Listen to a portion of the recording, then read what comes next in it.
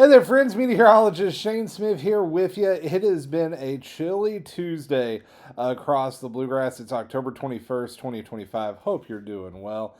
We had a cold front move through earlier, brought a few isolated showers. There's still a little precipitation showing up on the radar over in the Big Sandy Valley. Not much falling, but just know that cold air is moving in. High pressure building in behind this frontal system, and we are going to see those temperatures drop like a rock over the next couple of days. Let's talk about what to expect. Tomorrow morning, we wake up upper 30s, patchy frost possible. I know we saw some here in London on Monday. I think there's a better chance of some widespread frost, or at least patchy in nature, especially in those valleys tomorrow. Widespread frost Thursday. We go into the afternoon, highs only topping out in the low 60s, bust out the long sleeves. So what does the forecast look like for the next 48 hours? Dry, dry, dry, dry, dry. We are going to see absolutely dry conditions. High pressure is setting up shop, and it's going nowhere quickly. Temperatures, when we wake up in the morning, likely in the upper 30s or low 40s. Topping out low 60s tomorrow for most of the state. 50s up to the north, mid 60s out to the west. It's going to be a chilly day. We wake up likely into the upper 30s once again on Thursday morning. If we're going to see a widespread frost, this is the morning it will happen, especially in eastern, central, and northern Kentucky. Some of those sheltered valleys likely going to get down 35, 34 degrees.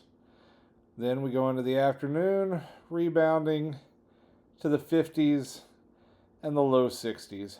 Brr, brr, brr, brr, brr, brr, brr.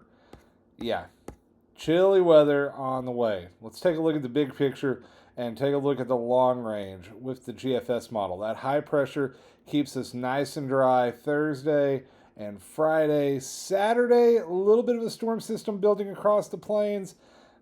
GFS model holding it off until at least Monday or Tuesday. Some of the other models a little bit quicker. And then we watch for that big Halloween storm. A lot of the models indicating at least the potential for some strong thunderstorms sometimes towards the middle of next week. Maybe a flake or two behind it. We'll have to wait and see. That is one scenario from the GFS model. Here's the European model just to give you a second opinion on that. Looking pretty similar overall. You see that storm in the plains goes a little bit further south of us and may spin up into something subtropical. We get the storms in here on Wednesday, and look at that area of low pressure. If that ends up blowing up like that, next Wednesday could get real interesting around here. And for our friends over in West Virginia, that looks like a setup for me for some freezing rain or snow. Over in the higher elevations of the Alleghenies. That's a gnarly little setup right there. We'll have to wait and see how that plays out. And then notice a little something coming out of the tropics could play a factor into that. So because of that, watch out for some pretty wild model swings over the next couple of days. When the tropics are that active this late in the season, it can really throw the models for a loop. So that's something to keep a close eye on. Also, keeping a close eye on the temperatures. Chilly, chilly. 60s next couple of days, maybe getting towards 70 on Sunday. Back to the mid-60s Monday. 70s Tuesday ahead of that storm. Then 50s heading into Halloween. Yeah, friends, we're finally getting that full taste of fall, and look at that. Right at the tail end of the forecast, November 5th, low of 29. Brrr. Don't think it's out of the realm of possibility. That's still really far away to get that specific. Some of the long-range data indicating the potential of some early winter weather. Just leave it at that. We'll see how it plays out. All right, that's all I have for you this evening. Thanks so much for stopping by my Facebook and YouTube pages.